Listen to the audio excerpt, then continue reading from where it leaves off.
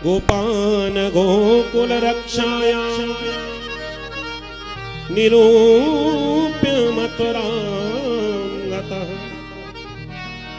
नंदः कंसस्य वार्षिक्यं करं दातुं कुरुद्वः। कर जमा करने के लिए जैसे ही पहुंचे मथुरा में, राजा कंस को जाकर कर दिया। और कर देने के बाद में इनको अपने मित्र की याद आ गई। इनके मित्र हैं वसुदेव जी। ये वसुदेव जी कहाँ हैं? ये कंस की जेल में बंद हैं। और मित्र वही है जो जब जीवन में संकट आ जाए और संकट की घड़ी में मित्र संग ना दे तो काय का मित्र। धीरज धर्म मित्र और नारी, आपत काल परखिए चारी। अपने मित्र के पास पहुंचे, वसुदेव जी महाराज को जाकर प्रणाम किया। वसुदेव जी प्रसन्न हुए, आज हमारे मित्र हमसे मिलने के लिए आए।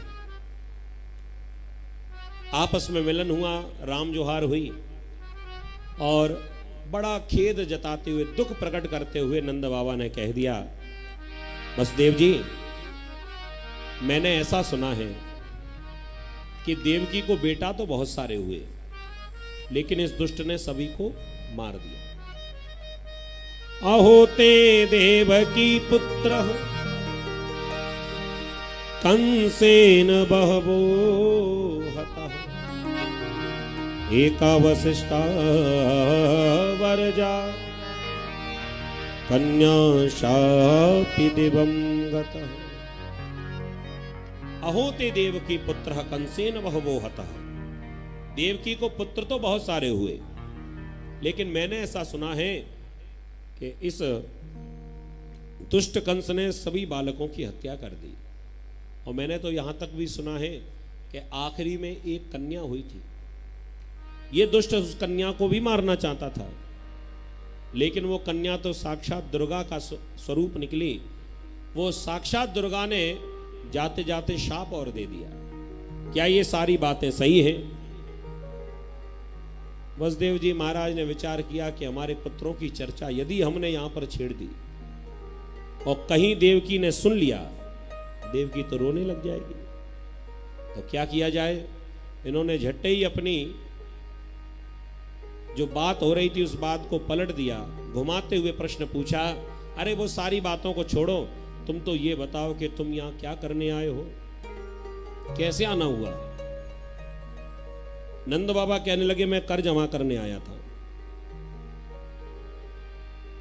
वसुदेव जी ने कह दिया, करऊ वे वार्षिको दत्तौ, करऊ वे वार्षिको दत्तौ,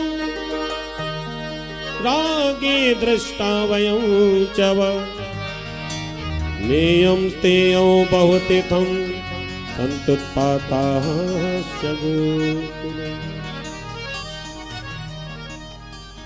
करो वे वार्षिको दत्तौ। यदि आपने वार्षिक कर जमा कर लिया हो तो अपने वापस घर लौट जाओ, क्योंकि मुझे ऐसा प्रतीत हो रहा है तुम्हारे गोकुल में कुछ ना कुछ उत्पात होने वाला है। नंद बाबा को लगा हम इतने दूर से मिलने के लिए आए और ये कह रहे हैं कि अपने घर लौट जाओ, क्योंकि वसुदेव जी महाराज को बहुत अच्छे से मालूम है ये दुष्ट कंस अब चुपचाप बैठने वाला नहीं है, क्योंकि वो कन्या जाते जाते कह गई कि तुझे मारने वाला ब्रज में पैदा भी हो चुका है।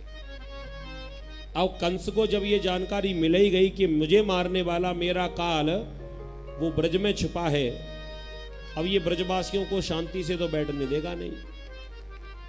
और कहीं ऐसा ना हो जाए कि हमारा पुत्र वहां पर है और पीछे से कंस ने कोई हमला करवा दिया तो मेरे पुत्र का क्या होगा। इसलिए आप जल्दी से घर लौट जाओ। देवकी दोनों की बातों को सुन रही थी और देवकी ने तुरंत ही अपने पुत्रों को याद करके रोना शुरू कर दिया। नंद बाबा तो चले गए अपने घर की तरफ, और वसुदेव जी क्या देखते हैं कि देवकी फूट फूट कर रो रही हैं, आंखों से झरझर आंसू बह रहे हैं। और क्यों ना बहे? विचार करो, जिस मां के सामने उसके पुत्रों की हत्या कर दी गई, उस मां को कितना कष्ट होगा। वो दुष्ट कंस ने निर्दयता के साथ में और मां के ही सामने बालकों को खींच कर दीवाल पर दे मारा। वो मां ने आज भी अपने पुत्रों के रक्त जो लगे हुए थे दीवाल पर, उनको साफ नहीं किया। एक एक करके बार बार उन जो रक्त के धब्बे लगे हुए हैं उनको देख देख कर अपने पुत्रों की याद करती है। और एक बेटा जो यशोदा के पास में है, मैया है तो जेल में, लेकिन देवकी मैया हमेशा अपने लाला की चिंता करती रहती है। पता नहीं उसने भोजन किया होगा कि नहीं, पता नहीं उसने दूध पिया होगा कि नहीं। मां हमेशा चिंता करती है अपने पुत्र की। बेटा कहीं बाहर रहने लग जाए, बेटा बाहर नौकरी कर रहा हो और मां अकेली घर में हो, और उसे मालूम है कि भले ही पत्नी संग में गई है, लेकिन फिर भी मां को जब भी भोजन करने बैठेगी तो हमेशा अपने लाल की याद आएगी कि मैं तो भोजन कर रही हूं, लेकिन पता नहीं उसने भोजन किया होगा कि नहीं। काम का इतना लोड है उसके ऊपर, पूरा पूरा दिन निकल जाता है, भोजन नहीं कर पाता समय पर, रात रात भर जागता रहता है, पढ़ता रहता है, सो नहीं पाता। और उस बेटे की याद में मां दुनिया में किसी कोने में रहे तो मां को हमेशा चिंता रहती है। और आज मैया देवकी को भी बड़ी भारी चिंता है, और बस एक ही प्रार्थना भगवान से कर रही है कि हे प्रभु, थोड़ी देर के लिए ऐसी ताकत मिल जाए, मैं उड़कर चली जाऊं नंद महल और वहां जाकर अपने लाला का एक बार छुपकर दर्शन करके आ जाऊं।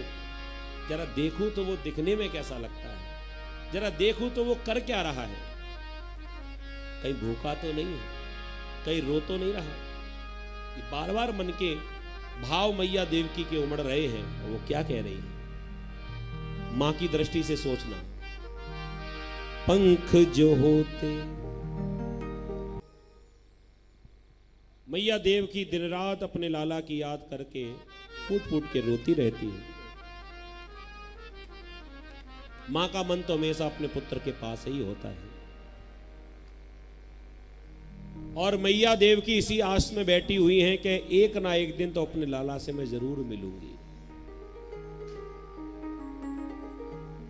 बस चिंता इस बात की है, वो ये जो यशोदा है वही वात्सल्य की मूर्ति है। मैया यशोदा ऐसा नहीं कि मेरे लाला को समय पर दूध नहीं पिलाती होगी, वहां की देखभाल नहीं करती होगी, ऐसा नहीं है। चाहे वो कितनी भी चिंता करे, लेकिन मां को फिर भी चिंता होती है, और ये चिंता ये प्राकृतिक है।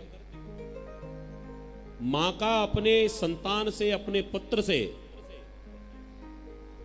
और केवल बेटा ही नहीं, अपनी बेटी से भी, बेटा और बेटी, मां ने जिसको जन्म दिया है अपनी संतान की चिंता हमेशा रहती है। वो किस हाल में होगा या बेटी किस हाल में होगी। तो मैया देवकी भी आज अपने लाला का बार बार चेहरा याद करते हुए फूट फूट के रोती जा रही है। वसुदेव जी महाराज ढाढ़स बना रहे हैं, अरे देवकी तू चिंता मत कर, लाला लौटकर जरूर आएगा, एक बार मेरी बात पर विश्वास कर। हमारा जो पुत्र है ना वो कोई साधारण नहीं है। वो कहकर गए ना कि थोड़ा सा बड़ा हो जाऊंगा तब पिताजी वापस आऊंगा और आपको इस जेल से मुक्त कराऊंगा। अब उन अपने लाला की बात पर विश्वास तो करना ही पड़ेगा।